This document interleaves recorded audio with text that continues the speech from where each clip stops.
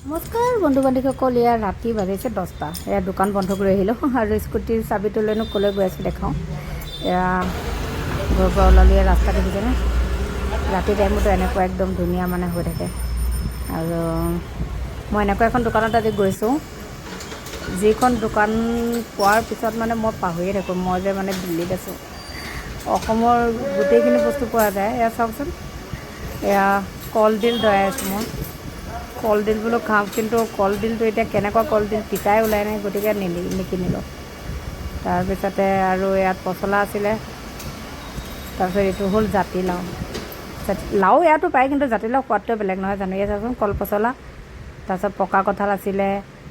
ইয়াত যাইছেনে কেনেকৈ পেকিঙত মানে কলডিলবোৰ আহে, দাম কিন্তু খুব বেছি। তাৰপিছতে এয়া মৰিচা শাক, তাৰপিছতে লফা শাক, তাৰপিছত এয়া হ'ল দহি কচু।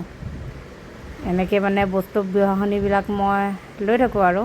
তাৰপিছত এইফালে ভীমকলো আছে দেই, ভীমকল, তাৰপিছত আকৌ জহা চাউল, তাৰপিছতে আৰু বহুত কিবা কিবি। এতিয়ানো মই কি কি ল'লোঁ চাম। তাৰপিছত এয়া সেই বস্তু বাহনি ধুনীয়াকৈ ল'লোঁ, লৈ পেলাই সেয়া আহিলোঁ, আহি পেলাই ঘৰ পালোঁহি।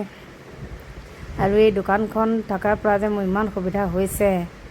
এয়া চাওকচোন, এইফালে এয়া ল'লোঁ মই ভাত কেৰেলাখিনি একদম তাজা আহিছিলে।